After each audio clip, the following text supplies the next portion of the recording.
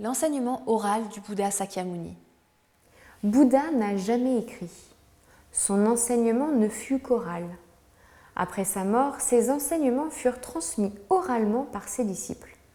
Pour éviter les transformations progressives, ces sermons, devenus des écrits, furent rassemblés et structurés. Voici le Kalama Sutta, tiré du Anguttara Nikaya. Tikka Nipata, Sutta numéro 65. Ainsi ai-je entendu. Une fois, le bienheureux, en voyageant dans le pays Kosala, avec un grand groupe de disciples, arriva dans une ville appelée Kesaputta. Les Kalamas, habitants de Kesaputta, apprirent que le religieux Gotama, fils des Sakya, ayant abandonné sa famille Sakya et quitté son foyer pour entrer dans la vie religieuse, voyageant dans le pays Kosala, était parvenu à Kesaputta. Or, une bonne réputation se propageait à propos de ce bienheureux Gotama. Il est le bienheureux, l'Arahant, parfaitement et pleinement éveillé, parfait en sa sagesse et sa conduite, bien arrivé à son but, le connaisseur des mondes, l'incomparable guide des êtres qui doivent être guidés, l'instructeur des dieux et des humains, le Bouddha, le bienheureux. Ayant connu lui-même ce monde-ci avec ses dieux, avec ses maras et ses brahmas, avec ses troupes de religieux et de brahmanes, ses êtres célestes et humains, il le fait connaître. Il enseigne la doctrine, bonne en son début, bonne en son milieu, bonne en sa fin, bonne en sa lettre et dans son esprit, et il exalte la conduite pure, parfaitement pleine et parfaitement pure. Rencontrer un tel Arahant est vraiment une bonne chose. Les Kalamas, habitants de Kesaputta, rendirent alors visite au bienheureux. En y arrivant, certains parmi eux rendirent hommage au bienheureux et s'assirent à l'écart sur un côté. D'autres échangèrent avec lui des compliments, de politesse et des paroles de courtoisie et s'assirent ensuite à l'écart sur un côté. Certains, les mains jointes, rendirent hommage dans la direction où se trouvait le bienheureux, puis s'assirent à l'écart sur le côté. D'autres encore, ayant énoncé leur nom et leur nom de famille, s'assirent à l'écart sur un côté. D'autres s'assirent à l'écart sur un côté sans ne rien dire. S'étant assis ainsi à l'écart sur le côté, ils s'adressèrent au bienheureux et dirent : Ô vénérable Gotama, il y a des religieux et des brahmanes qui arrivent à Kesaputta. Ils exposent et exaltent seulement leur propre doctrine, mais ils condamnent et méprisent les doctrines des autres. Puis d'autres religieux et brahmanes arrivent aussi à Kesaputta. Eux aussi exposent et exaltent leur propre doctrine, et ils méprisent, critiquent et brisent les doctrines des autres. Ô vénérable, il y a un doute, il y a une perplexité chez nous à propos de ces diverses opinions religieuses. Parmi ces religieux et ces brahmanes, qui dit la vérité et qui dit des mensonges ? Le bienheureux s'adressa au Kalama et dit : Il est juste pour vous, ô Kalama, d'avoir un doute et d'être dans la perplexité. Car le doute est né chez vous à propos d'une matière qui est douteuse. Venez, ô Kalama, ne vous laissez pas guider par des rapports, ni par des traditions religieuses, ni par ce que vous avez entendu. Ne vous laissez pas guider par l'autorité des textes religieux, ni par la simple logique ou les allégations, ni par les apparences, ni par la spéculation sur des opinions, ni par des vraisemblances probables, ni par la pensée que ce religieux est notre maître spirituel. Cependant, ô Kalama, lorsque vous savez vous-même que certaines choses sont défavorables, que telles choses blâmables sont condamnées par les sages et que, lorsqu'on les met en pratique, ces choses conduisent au mal et au malheur, alors abandonnez-les. Maintenant, je vous demande simplement quelque chose, ô Kalama. Lorsque l'avidité apparaît chez quelqu'un, cette avidité apparaît-elle pour le bien de cet individu ou pour son mal ? Les Kalamas répondirent : Ô vénérable, l'avidité apparaît pour le mal de cet individu. Ô Kalama, en se donnant à l'avidité, étant vaincu par l'avidité, étant enveloppé mentalement par l'avidité, un tel individu tue des êtres vivants, commet des vols, s'engage dans l'adultère et profère des paroles mensongères. Il pousse un autre à accomplir aussi de tels actes. De tels actes entraînent-ils son mal et son malheur pendant longtemps? Certainement, oui, ô Vénérable. Qu'en pensez-vous, ô Kalama? Lorsque la haine apparaît chez quelqu'un, cette haine apparaît-elle pour le bien de cet individu ou pour le mal? Ô Vénérable, la haine apparaît pour le mal de cet individu. Ô Kalama, en se donnant à la haine, étant vaincu par la haine, étant enveloppé mentalement par la haine, un tel individu tue des êtres vivants. Il pousse un autre à accomplir aussi de tels actes. De tels actes entraînent-ils son mal et son malheur pendant longtemps? Certainement, oui, ô Vénérable. Qu'en pensez-vous, ô Kalama? Lorsque l'illusion apparaît chez quelqu'un, cette illusion apparaît-elle pour le bien-être de cet individu ou pour son mal? Ô Vénérable, l'illusion apparaît pour le mal de cet individu. Ô Kalama, en se donnant à l'illusion, étant vaincu par l'illusion, étant enveloppé mentalement par l'illusion, un tel individu tue des êtres vivants. Il pousse un autre à accomplir aussi de tels actes. De tels actes entraînent-ils son mal et son malheur pendant longtemps? Certainement, oui, ô Vénérable. Maintenant, qu'en pensez-vous, ô Kalama? Ces choses sont-elles bonnes ou mauvaises? Ô Vénérable, ces choses sont mauvaises. Ces choses sont-elles blâmables ou louables? Ô Vénérable, ces choses sont blâmables. Est-ce que ces choses sont censurées ou pratiquées par les sages? Ô Vénérable, ces choses sont censurées par les sages. Qu'en pensez-vous, ô Kalama? Lorsqu'on les met en pratique, ces choses conduisent-elles au mal et au malheur? Lorsqu'on les met en pratique, ô Vénérable, ces choses conduisent au mal et au malheur. C'est ce qui est généralement accepté. C'est ce que nous en pensons. Le bienheureux dit. C'est pourquoi, ô Kalama, nous avons déjà dit, il est juste pour vous d'avoir un doute et d'être dans la perplexité. Car ce doute est né chez vous à propos d'une matière qui est douteuse. Venez, ô Kalama, ne vous laissez pas guider par des rapports, ni par la tradition religieuse, ni par la pensée que ce religieux est votre maître spirituel.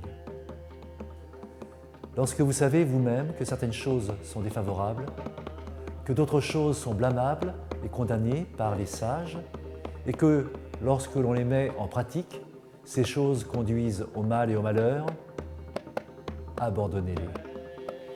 Ensuite, le bienheureux s'adressa à nouveau au Kalama et dit: Cependant, ô Kalama, lorsque vous savez vous-même que certaines choses sont favorables, que ces choses louables sont pratiquées par les sages, que lorsqu'on les met en pratique, elles conduisent au bien et au bonheur, pénétrez-vous de telles choses et pratiquez-les. Maintenant, je vous demande, qu'en pensez-vous, ô Kalama?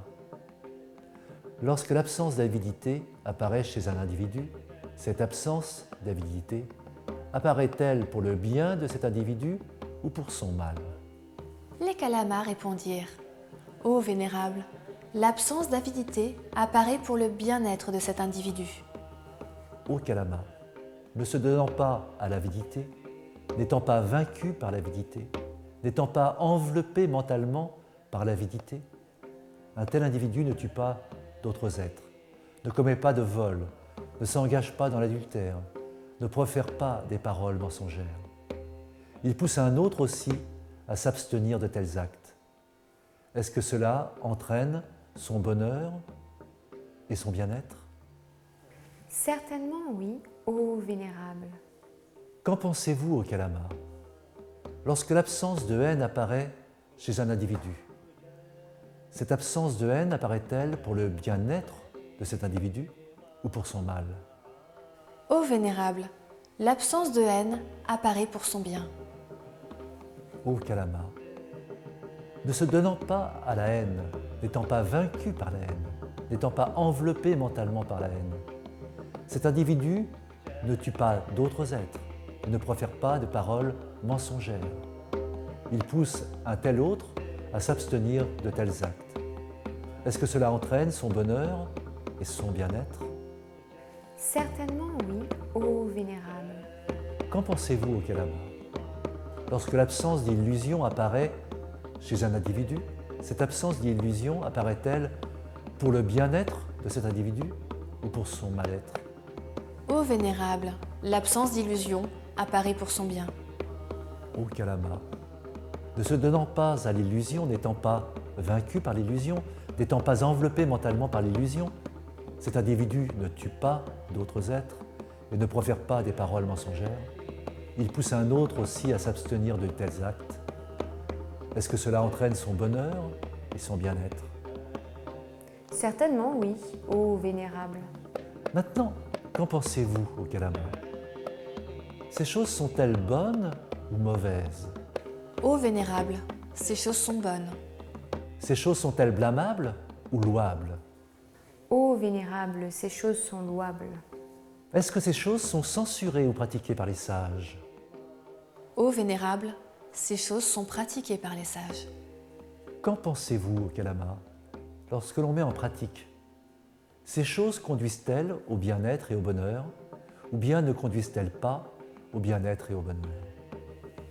Les Kalamas répondirent. Lorsqu'on les met en pratique, ces choses conduisent au bien-être et au bonheur. C'est ce qui est généralement accepté. C'est ce que nous en pensons. Le bienheureux dit: c'est pourquoi, ô Kalama, nous avons déjà dit, il est juste pour vous d'avoir un doute et d'être dans la perplexité, car le doute est né chez vous à propos d'une matière qui est douteuse. Aussi venez, ô Kalama, ne vous laissez pas guider par des rapports, ni par la tradition religieuse, ni par la pensée que tel religieux est votre maître spirituel. Cependant, ô Kalama, lorsque vous savez vous-même que certaines choses sont favorables et que ces choses louables sont pratiquées par les sages, que lorsqu'on les met en pratique, elles conduisent au bien et au bonheur, pénétrez-vous de telles choses et pratiquez-les. Ô Kalama, le disciple noble qui s'est ainsi séparé de l'avidité, de la haine, de l'illusion, ayant une compréhension claire et une attention de la pensée, demeure, faisant rayonner la pensée du bienveillant dans une direction et même dans une deuxième et une troisième, dans une quatrième, au-dessus, en dessous, au travers, partout dans la totalité et en tout lieu de l'univers. Il demeure faisant rayonner la pensée de bienveillance, large, profonde, sans limite, sans haine et libéré de la malveillance. Également, le noble disciple demeure faisant rayonner la pensée de compassion dans une direction du monde, et de même dans une deuxième, une troisième, une quatrième, au-dessus, en dessous, au travers, partout dans sa totalité, en tout lieu de l'univers. Il demeure faisant rayonner la pensée de compassion, large, profonde, sans limite, sans haine et libéré de la malveillance. Également, le disciple noble demeure faisant rayonner la pensée de joie sympathique dans une direction du monde, et même dans une deuxième, une troisième, une quatrième, au-dessus, en dessous, au travers, partout dans la totalité de l'univers. Il demeure faisant rayonner la pensée de la joie sympathique, profonde, large, sans limite, sans haine et libéré de la malveillance. Également, les disciples nobles demeurent faisant rayonner la pensée d'équanimité dans une direction du monde, et de même dans une deuxième, une troisième, une quatrième, au-dessus, en dessous, au travers, partout dans la totalité de l'univers. Il demeure faisant rayonner la pensée d'équanimité, large, profonde, sans limite, sans haine et libérée de la malveillance.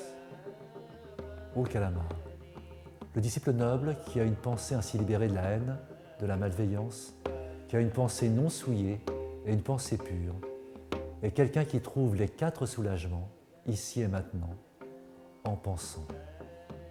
Supposons qu'il y ait, après la mort, des résultats pour les actes bons et mauvais. En ce cas, il est possible pour moi de renaître après la dissolution du corps, après la mort, dans un de ces cieux qui se trouvent dans des bonheurs célestes. Cela est le premier soulagement. Supposons qu'il n'y ait pas, après la mort, de résultats pour les bonnes et mauvaises actions. Tout de même, ici et maintenant, dans cette vie, je demeure sain et sauf, avec une pensée heureuse, libéré de la haine, de la malveillance. Cela est le deuxième soulagement. Supposons que des mauvais résultats tombent sur l'individu qui a accompli des mauvaises actions. Quant à moi, je ne souhaite aucun mal à personne. Alors comment se pourrait-il qu'un mauvais résultat tombe sur moi qui ne fait aucune mauvaise action? Cela est le troisième soulagement. Supposons que des mauvais résultats ne tombent pas sur l'individu qui fait des actions mauvaises. Alors dans ces 2 cas, je trouve que je suis pur. Cela est le 4e soulagement.